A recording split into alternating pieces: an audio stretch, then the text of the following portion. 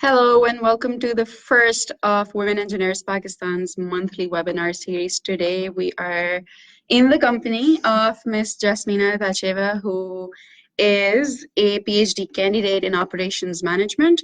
Jasmina was a grant recipient for the German Academic Exchange Service, That's right. as we know that in Pakistan as DAAD as That's well. how we know you. Yeah?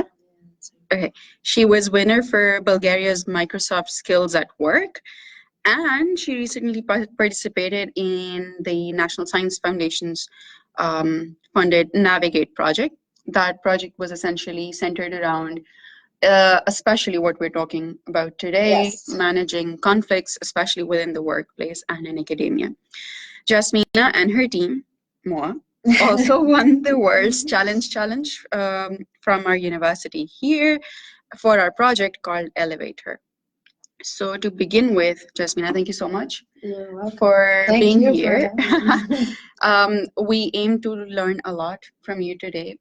I do want to tell all our viewers in Pakistan, as you might have guessed right now, Jasmina would not be able to communicate as much in Urdu. In Urdu, not, but still some but words. some words that.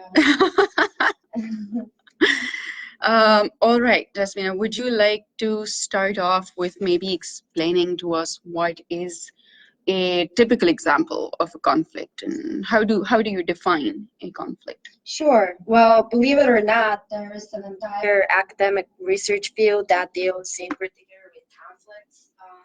And it can actually be several different domains of knowledge. Like social psychology deals a lot with difficult situations in the workplace like this. Behavioral, organizational behavior is another field that deals with that. So most researchers have come up with a working definition of conflict as sort of a dual concept that includes, on one side, negative affect. So this can be anything. It can range from anxiety to stress or anger, anything that sort of makes you uncomfortable. So this is one part of what a conflict in the workplace means. And then the other side of that is a general feeling of dissonance. So there is some sort of imbalance or disagreement. Right. So, but let's say something happens in a workplace. Should I readily find out that this was a conflict of interest, or is it just a feeling of discomfort? Yeah, this is the tricky part, I think, because a conflict in general, I mean, by definition, includes more than one side, right? It can't be a conflict with just yourself. So you have to figure out who the other side of the conflict is, but also this other side also sort of needs to perceive it as such. Otherwise, it's very difficult to manage it in the first place, because the first step then would be to sort of make the other side know that they are dealing with a conflict situation. In fact, they're a part of it and most likely the aggressor. But let's just talk about some general types of conflict. So when it comes to the workplace, the two broad categories would be task conflict on one hand, which would be anything that revolves around work, projects, the way you do your tasks, what do you think the goals of the organization need to be? Anything that's related to the organization in general can be perceived as work or task conflict. And then another type of conflict would be interpersonal or relationship conflict. So this is when it's not directly related to work as such, but it could be anything from a misalignment of the personal goals of several employees or boss and employee, whatever the personal dynamic might be, but it just involves something that transcends work or the nature of a task at hand. So it's more about personality clashes, or even issues of discrimination can be seen as interpersonal conflicts. And to me personally, the second type of conflict is much more difficult to resolve and potentially cannot be diffused even in some situations. Right.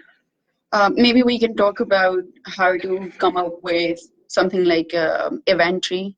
In that case later on when we discuss situations. Sure. But before that, I would like to set the stage and maybe asking you, are there different types of conflicts in, let's say, what are microaggressions, what are different situations, let's say in a multiple race issue, which probably don't find that much in Pakistan, but of course there are gender issues in there, there are linguistic issues in there as well. How do we define those? The way you set this up sort of makes me think more of interpersonal conflict, and sure, issues like that may arise as part of the work process as well, but it seems way more geared towards personal dynamics. So what we can have there are some examples of, let's first see what constitutes or what are the telltale signs about dealing with a conflict. And one, as you mentioned, could be microaggressions. So maybe most people think of conflict as a single event that is very serious, that people find out about, that it's very visible, and so on. But in actuality, what happens in the workplace is that you can have a succession of very minor things, triggers, day-to-day, small little details, micro events that you may not even consciously think about or be aware of, but still when they aggregate, they can become an issue. And microaggressions are precisely an example of something like that. So this is very minor gestures or words or statements or even facial expressions or something like that that just in the course of time may make itself visible to you if it's targeted at you, and it can sort of create this feeling of anxiety, this negative emotion. You may think that there's something going on there even without the other person explicitly stating that there is a problem. Right, like not making eye contact. Not shaking your hand, so basically shaking everyone else's hand, but then sort of passing on you. Or just not having this sort of negative body language. Yes, exactly. Elsewhere. Yeah. Even something as minor as interrupting during a conversation, or what is known in the United States, especially in the context of women in the workplace, is mansplaining. You know, when men assume that they know what you want to say, so they sort of state it for you when they don't let you finish your own sentence. Right. Thank you. Those were some really good examples.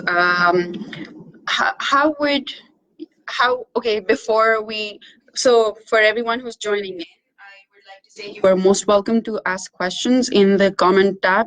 We can see any questions or comments that you have, and we will be very much pleased to directly answer to those questions.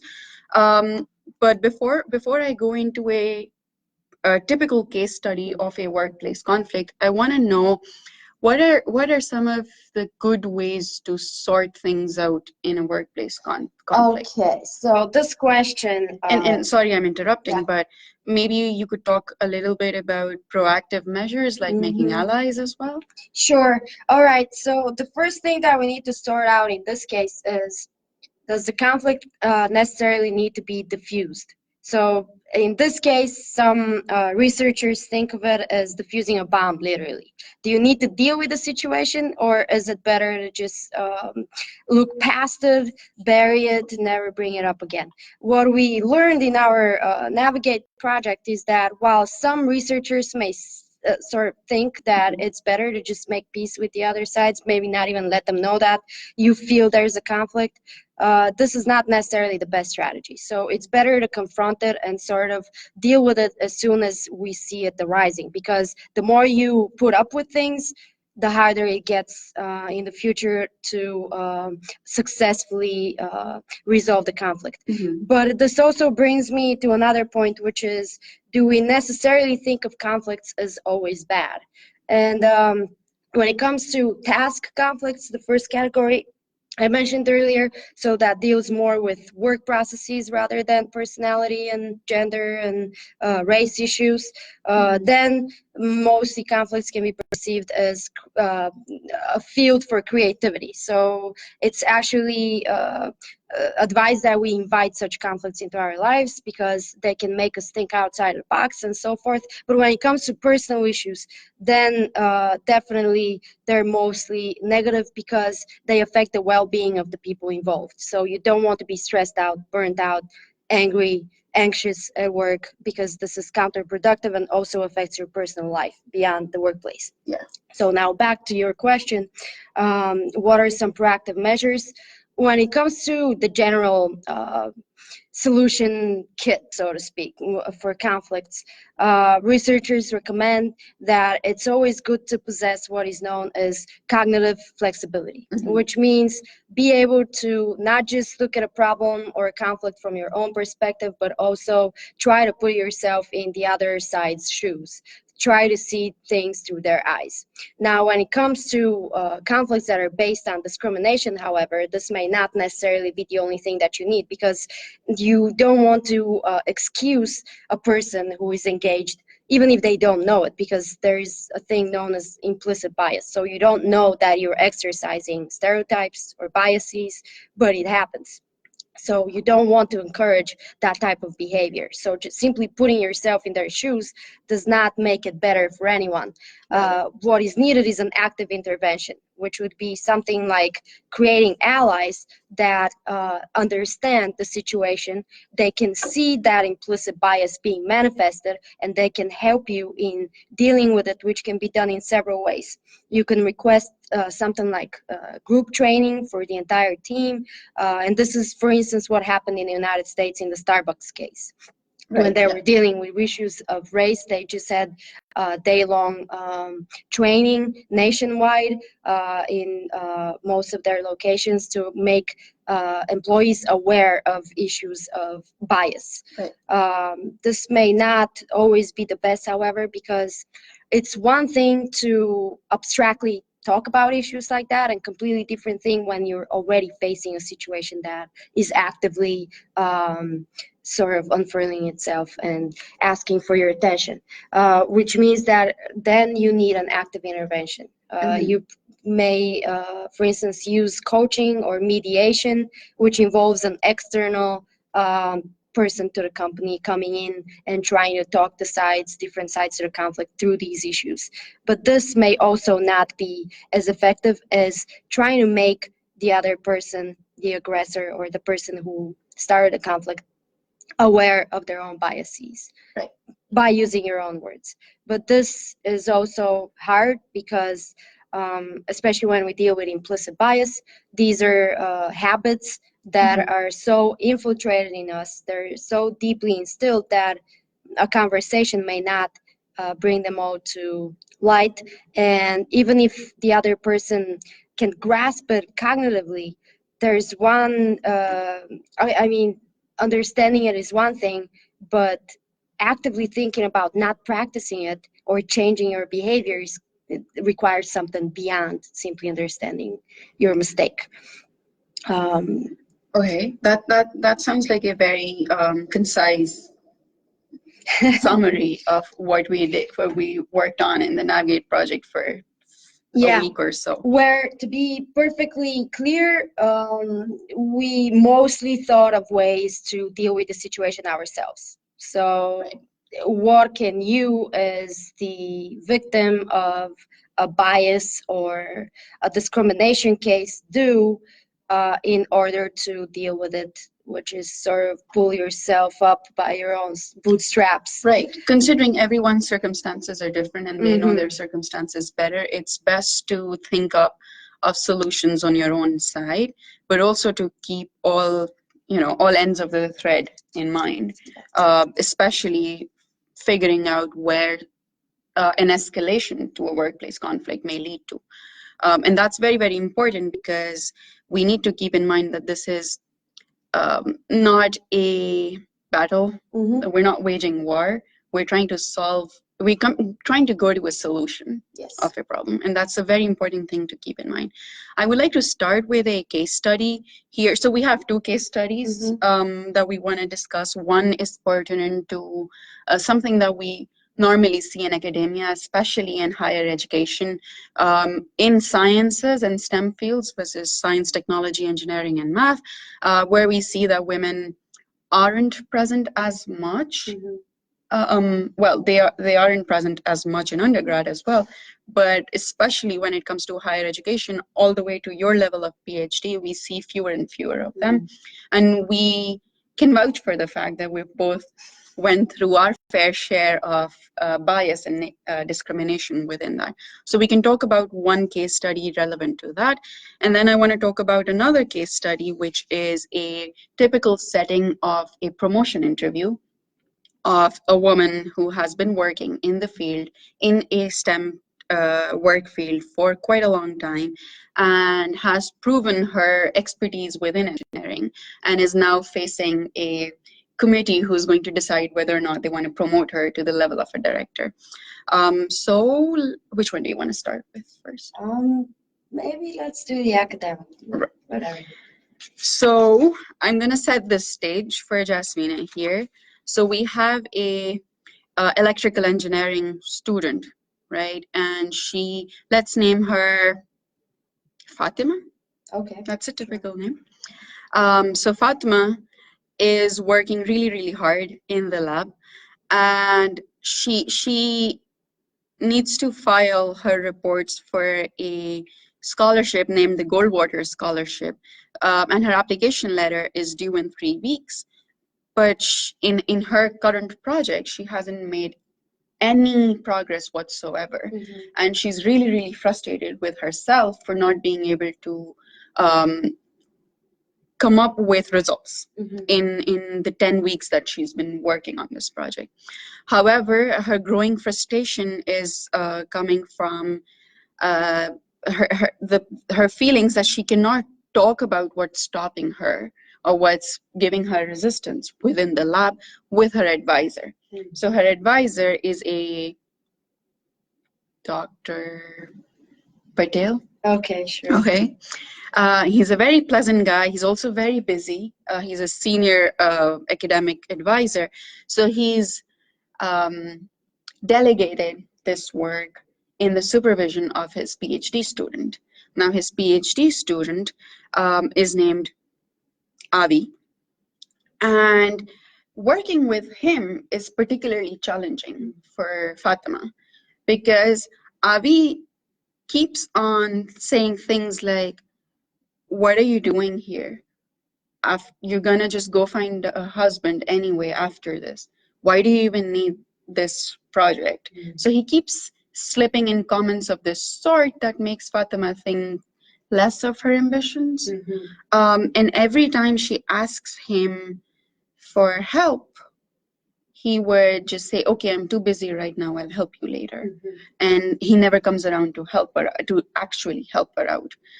So he just gives her like menial work that isn't really helpful in the terms of her project. And she has started to think really less of herself. However, she has been part of NSF research experience for undergraduates at Stanford University. She has co-authored a technical paper. She's awaiting results from Stanford RU as well. And her ambitions are to finish her master's and to pursue on a PhD. But right now, she feels like she's not built for PhD because even after 10 weeks of work in a master's research, she has nothing to show for it. How would you help Fatima in not feeling low about herself? Okay, so first off, let's start with the template that I suggested in the beginning. Let's try and classify this conflict. Is it task-related conflict, or is it more of a relationship-based interpersonal conflict? I think to Fatima, at first, it may seem like it's more of a work-related conflict because what is at stake here is her finishing her work. So this seems to be the goal of her project is to complete her work and continue at higher levels of education. However, if we dig deeper, it becomes apparent that it's much more than simply a task-oriented issue that we're dealing with here. In particular, we have two strong personalities. So one is her own, and then the other one is that of Avi.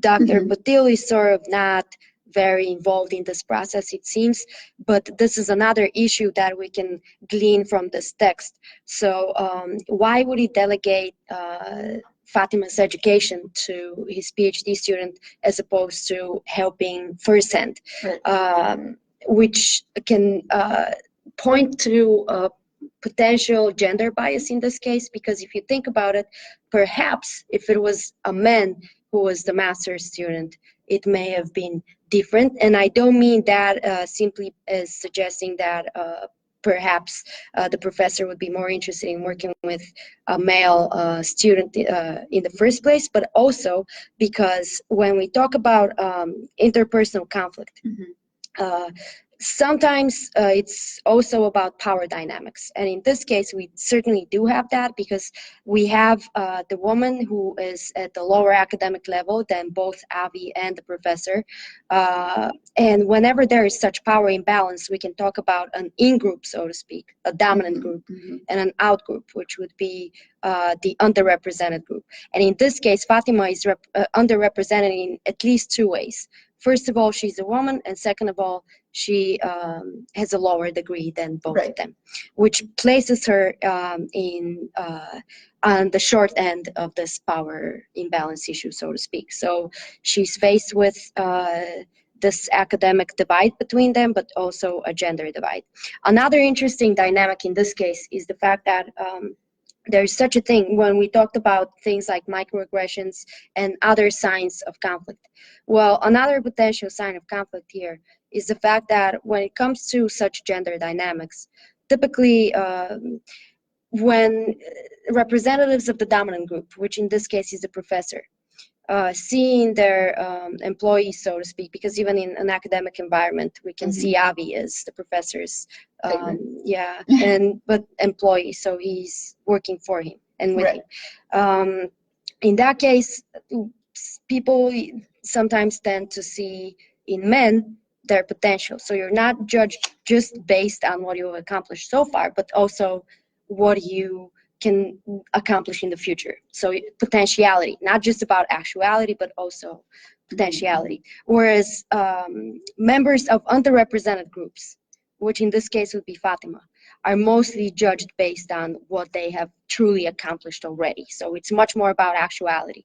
And in this case, we can see the way you set it up, that no one is really thinking about what sort of potential she can be as a PhD student. In fact, Avi is too busy thinking of her as leaving academia in order to engage in what is stereotypically seen as the career path, so to speak, for a woman in that setting, which would be raising a family. So just to summarize, some problems that I see here is definitely the power imbalance. Also the fact that evidently the professor views Avi way more favorably than he views Fatima. And also the complete lack of not just professional support, because there is complete lack of mentoring going on here, but also the lack of social support. And we talked about this in the project, the feeling of being an only, which in this case she's experiencing. She's the only woman there. She's the only master's student in that situation. Avi and the professor are sort of at the same level when it comes to ambitions. They strive for the same academic goals. Avi will get there sooner or later, but they don't see Fatima as part of that sequence of events, getting her PhD and continuing with a stellar career in academia. They simply fail to see the potential because they're not even looking for it. They are simply focused on the imaginary, in this case, hurdles in front of her, as opposed to her actual capabilities.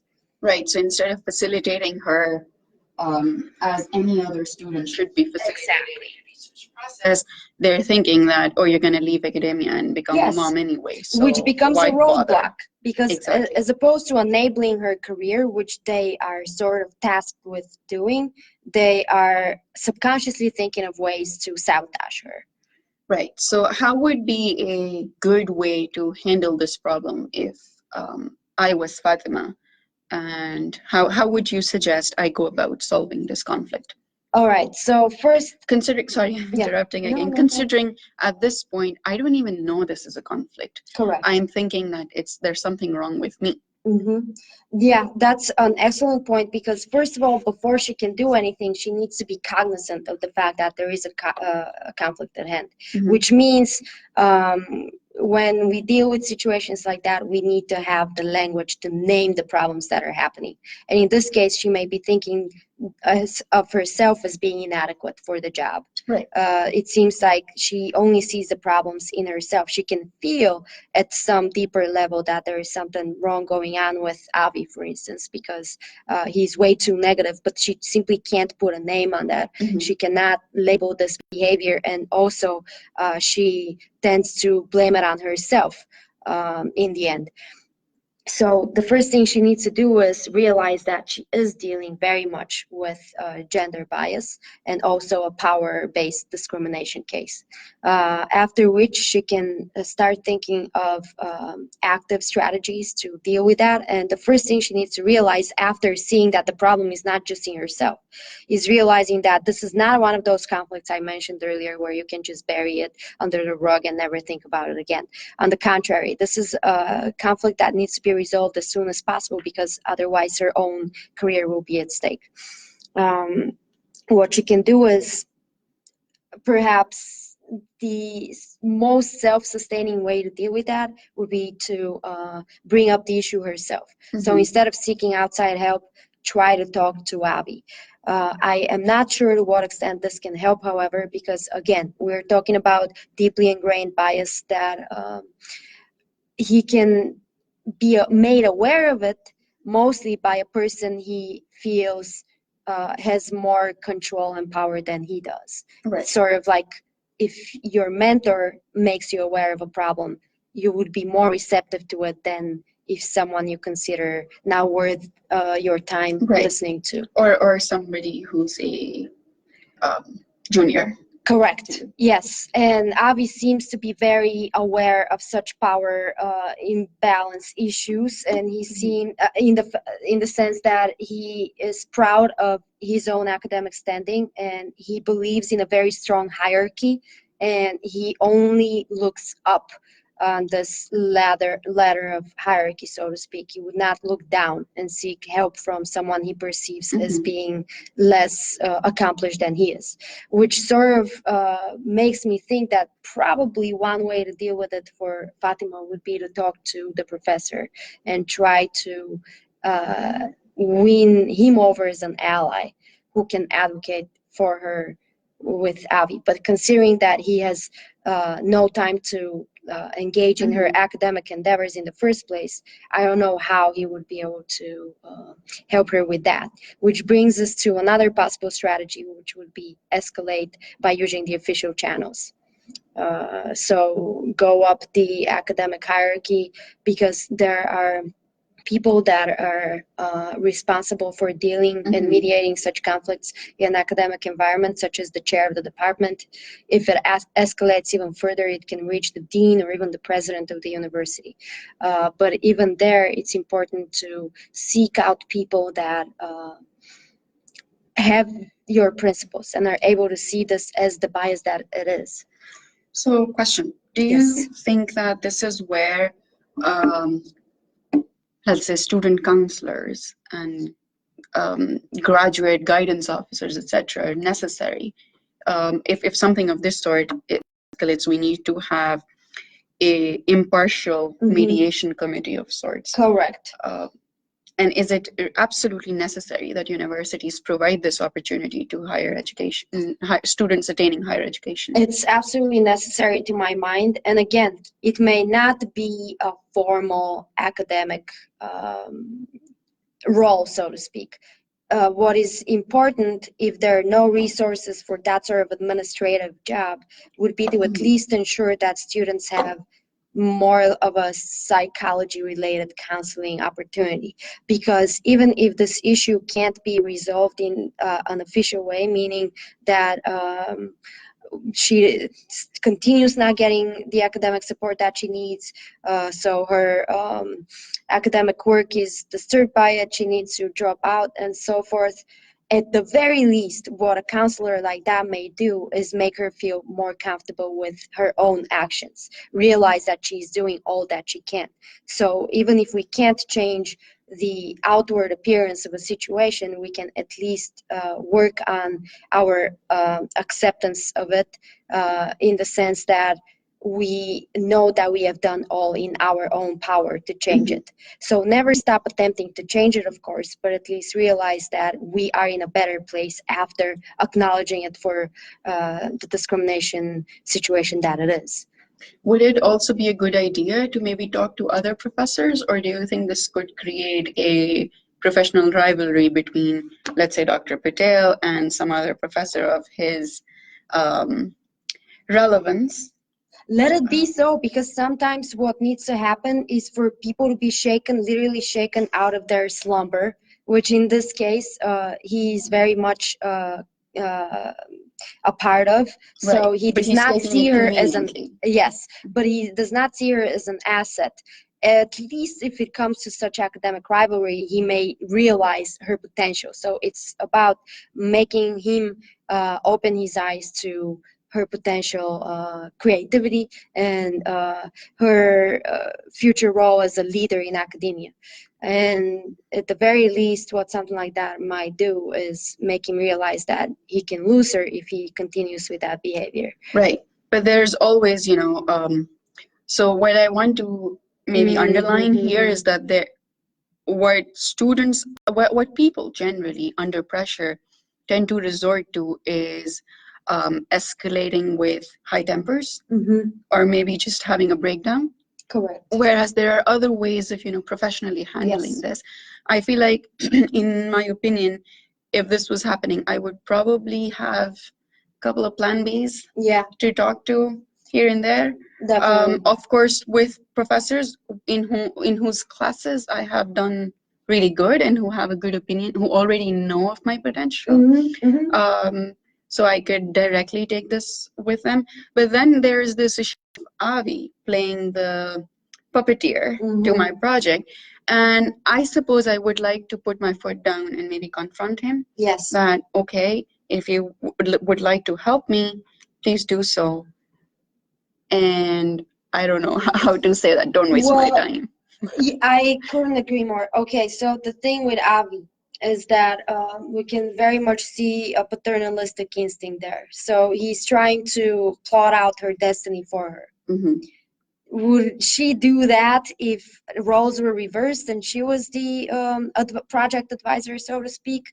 I honestly don't think so, which means that there's another gender dynamic that is at play. So yes, I think it's essential for her to confront him about that.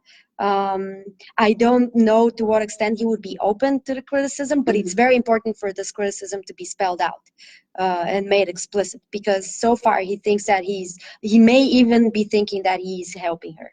Whereas he needs to be made aware of the fact that this is definitely not helping. In fact, it's counterproductive for her. Right, and we can term this as benevolent Exactly, sexism, benevolent sexism. So he thinks that he's doing the best to protect her, whatever he may be thinking of protecting, her honor, integrity. By working in an electrical engineering lab. Yeah. Yes, certainly. All right, this sounds about right. We have a question from Samya, and she is saying that please talk about mistakes females might make unknowingly to cause problems for ourselves. Okay, so this is an excellent question. Let's see what we can do there. Let's use Fatima maybe as an example. As you mentioned earlier, what is important for her to do? First of all, she needs to understand that it's not all her fault. Women tend to have a lot of self-doubt.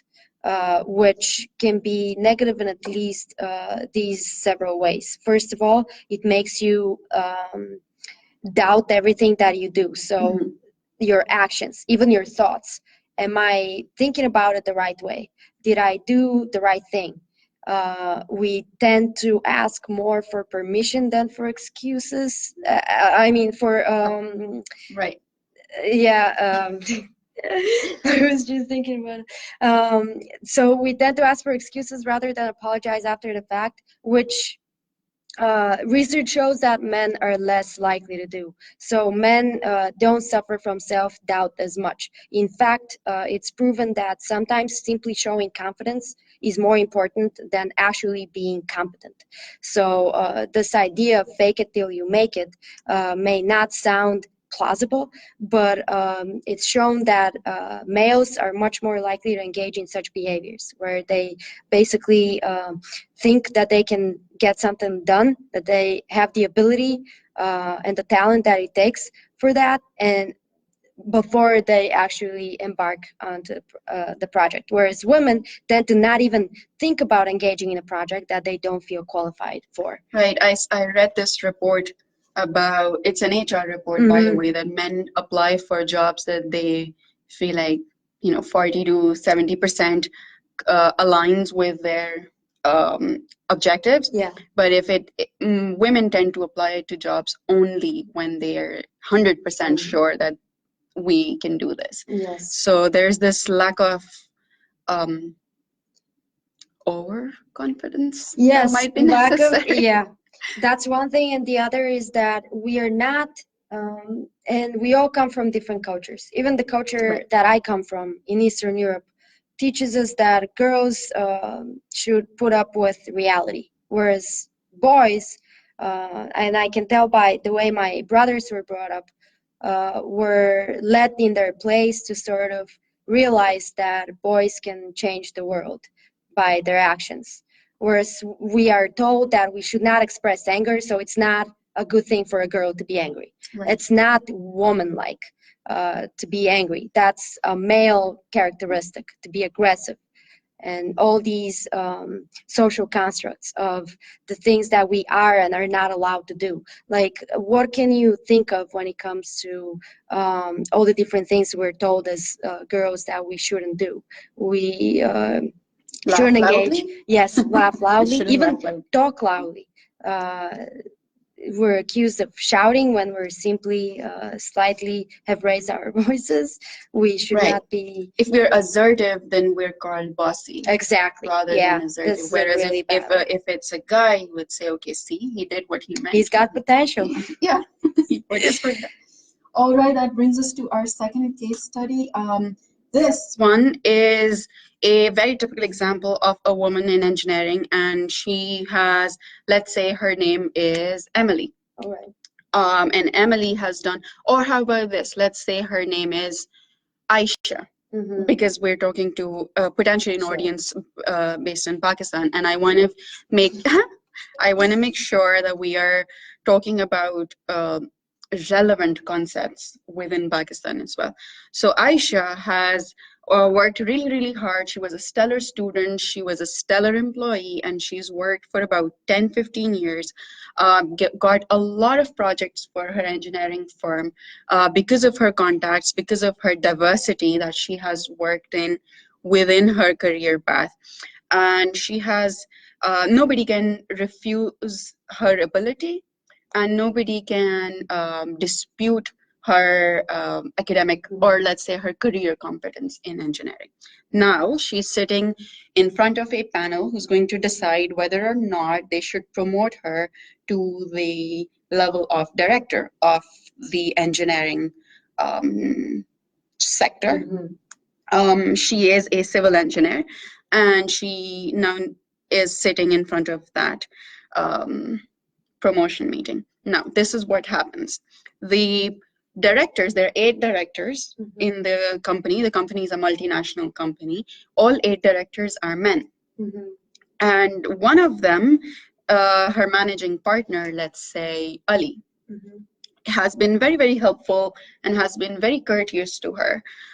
However, in that meeting, he goes ahead and he tells Aisha that you work too hard, right? And shouldn't you be spending time with your family, right?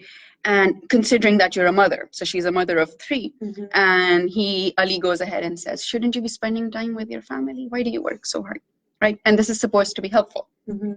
And this is why. And he goes on and says in a very friendly, very nice manner to her that this is the reason why, because she's a mother. This is the reason why the rest of the partners, because he's speaking for all of them right now, don't think it's a good idea to make her a partner, right, or a director at this point. Now, Aisha is really taken aback because she didn't think that her being a mother would be brought up in a promotion meeting. Yeah. And she is really shook as to how to answer this question. She has worked really, really hard, but she respects Ali as well because he has like 32 years of work experience, and he has been really helpful and really courteous to her. So she doesn't want to be rude to him as well because he has been a major ally in the past. How do you think Aisha should handle something of this sort? She's now feeling guilty that she's not giving enough time to her kids, whereas none of her kids have complained, and her husband is totally on board as well. He has not complained once. He has actually been very supportive and has helped her balance life in general. So, but just because her ally at work says that, shouldn't you be not working too hard? You're a mom. Go home and focus on your family. So now she's feeling guilty. That is she doing the right thing? Should she even consider opting for a supervisory level at all, or should she just remain in the current situation? She knows that she's up for promotion because she's put in the due amount of work, but now there's this feeling of guilt that she cannot even appeal the decision right now. How do you think Aisha should go about this? All right. As we mentioned just a while ago, what Anastasia was saying that she seems to be doing right off the bat is that creeping self-doubt. Right. So she automatically resorts to doubting the entire trajectory of her career. Okay, so this is the culmination of her work efforts for so many years. Now she's willing to accept that, or at least let that doubt creep in and say, am I really doing the right thing when it comes to my family, when it comes to my coworkers? And this can be devastating. Especially considering she's lucky enough to have a life partner who's understanding of this. Many of us, especially in countries where we come from, sounds like he might be sharing an equal load of this work. Exactly. Family work, which is very important, because if he was not like that, then she would be in a double bind of having these roadblocks both at work and at home. The other shocking thing here is that it seems a lot more like the abortion debates in the United States, where it's a room full of men that are tasked with determining the fate of women. This happens everywhere. Yes. Right. It happens especially in contexts where, as we mentioned earlier, you as a woman are unowned. So, because in this case, there is no one sitting on her committee that she can look for or seek out support from that can understand her struggles. That's a very important thing. And it seems like in this case, counterintuitively, the struggle is not how to balance your work-life balance, so to speak. So it's not this she has already figured out way before she has stepped into this room asking for promotion. The real roadblock is, how do you make people that you've worked with for so many years understand that you are ready for the next step?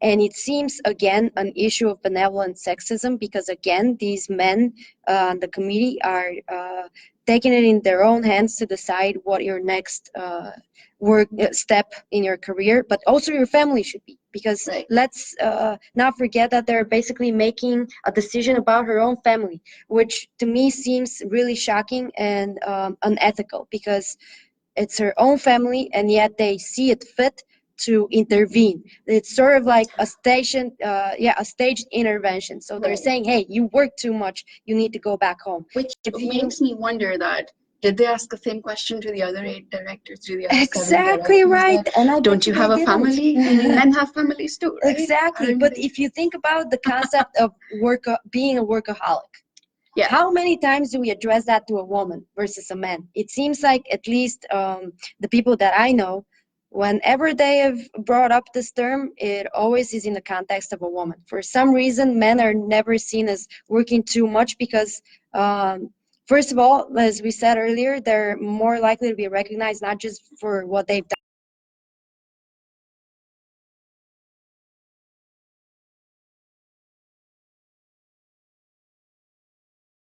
that a man has off the bat. And then the second point there would be that what she can actually do, again, this is not a conflict that can simply be put away.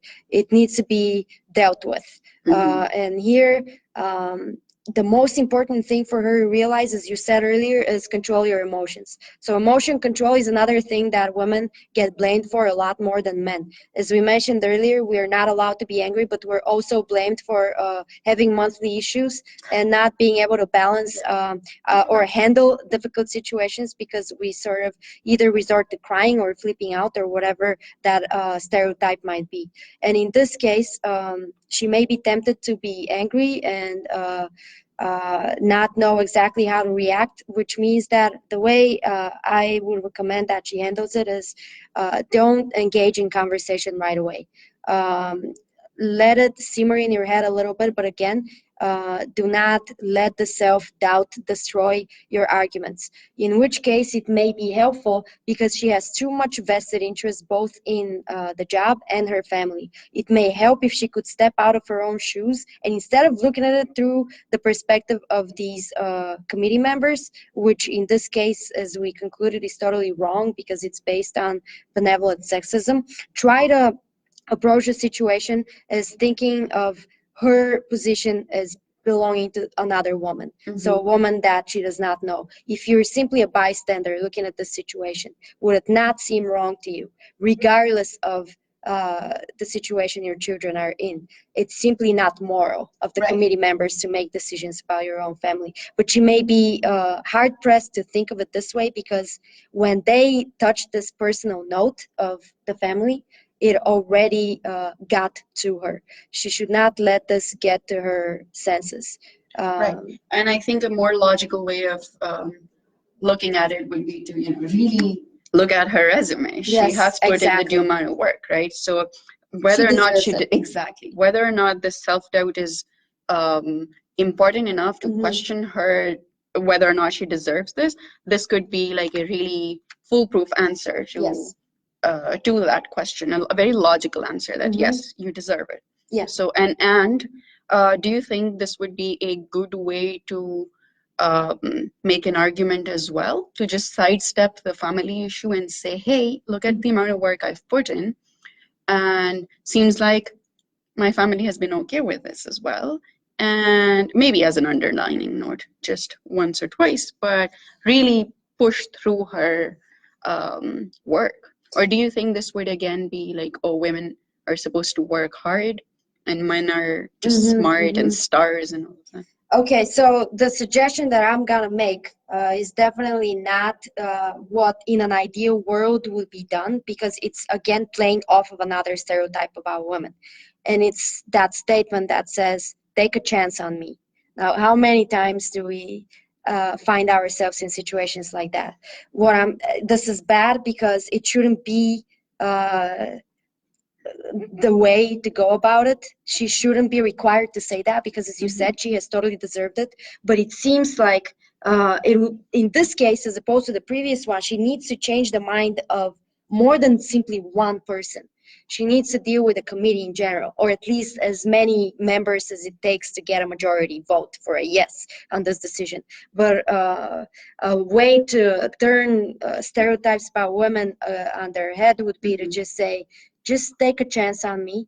Let me try the director role that I have already deserved anyway.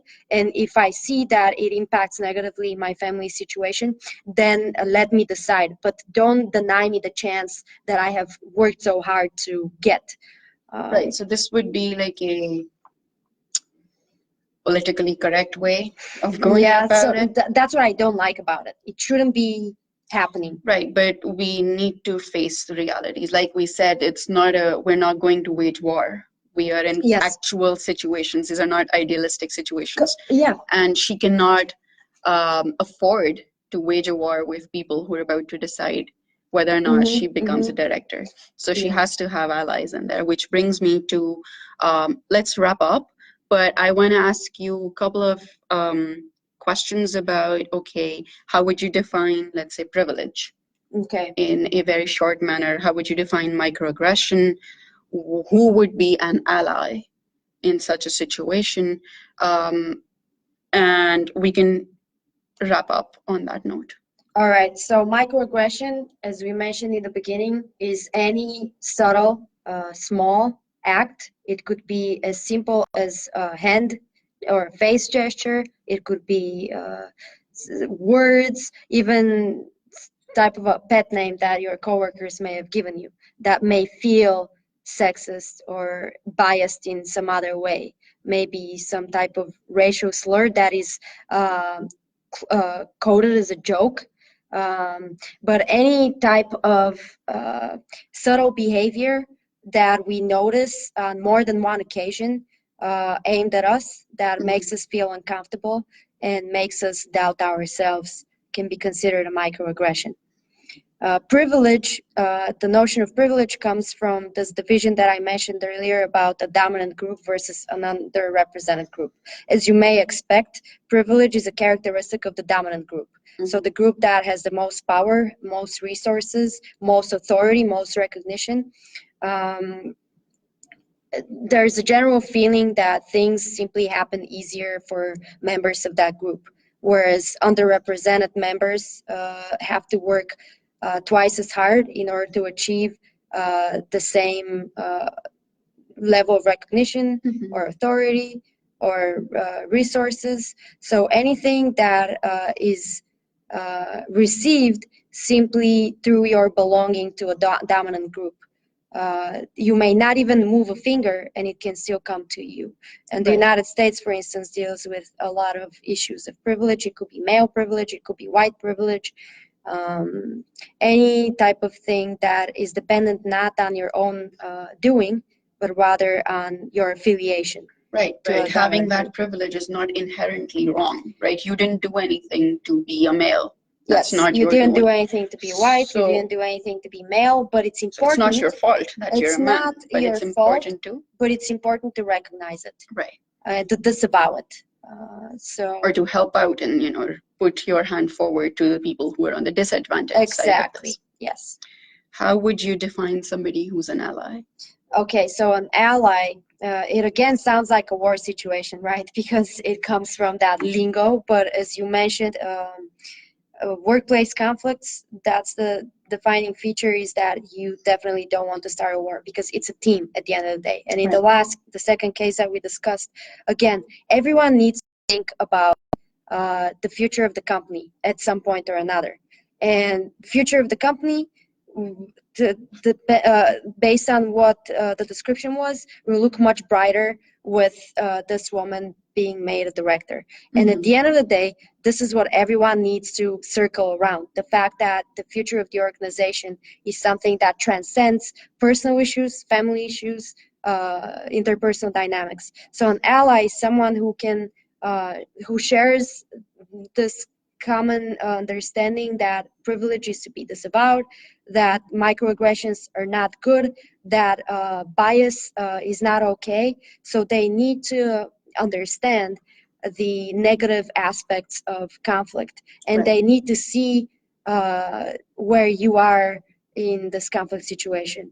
And they're the people that can see this conflict for what it is. So not mask it, not try to blame it on you or someone else or blame it on circumstance, but see it for what it is. And like you said, extend a hand and advance the agenda of justice, which in this case would be to fight this bias. Right. I see a lot of, especially in my situation, in my own personal life, I've seen a lot of men who knew that, okay, this was discrimination against you, but they didn't speak up at the same time, at that time. And I found that I was the only one speaking up over and over again. But I realized that I had to talk to my allies, that I might need your help in that situation. And once I did have that conversation, it was much more easier to deal with conflicts, which arose in a general setting, because now I knew that people were vocal with me, so I wasn't the only one repeating my own tape over and over again. That's a great explanation, and it brings me to this next point that I forgot to mention. So an ally, you're right, it needs two things, not simply understanding the situation, but also voicing your opinion about it. So action, not just thought, not just and not even just talking to you in person, you know, behind closed doors. Being able to voice this concern in a public manner, that's what it takes to be an ally. But to your other point, I guess I wanted to finish on a note from Pakistan. So Malala says that when everyone is silent, even one voice is powerful. And I think something like this idea of whistleblowing or being only, but at the same time being the one to raise that issue like you did is important, because it's the first step. Without that step, nothing can change ever. So on that note, thank you so much, Jasmina, for giving us your time and your knowledge. If to all the people who joined us, thank you so much for your time as well. If you have any questions, please do write to us. You can contact us at www.womenengineers.pk /contact us. Or you could just go to the website and email me from there as well. Or just leave us a comment on this video and I'll try my best to get back to you as well. Thank you so much. I hope this conversation really helps out in how we navigate workplace conflicts. This was by no means anywhere near an exhaustive conversation about the many workplace conflicts that arise in different professional settings, but it's important to realize, to hold on to these particular concepts of privilege, of microaggression, of allies, of snap judgments and bias, implicit biases especially, and to be just aware of the situation and really create logical paths from it. On that note, thank you so much. It was very nice talking to you about this. I'm really sure everyone else learned just as much as I did from you as well. Thank you, Jasmina. Thank you so much. Sure. All right, everyone. Have a wonderful night. Shubhratri. Khuda Hafiz, Pakistan.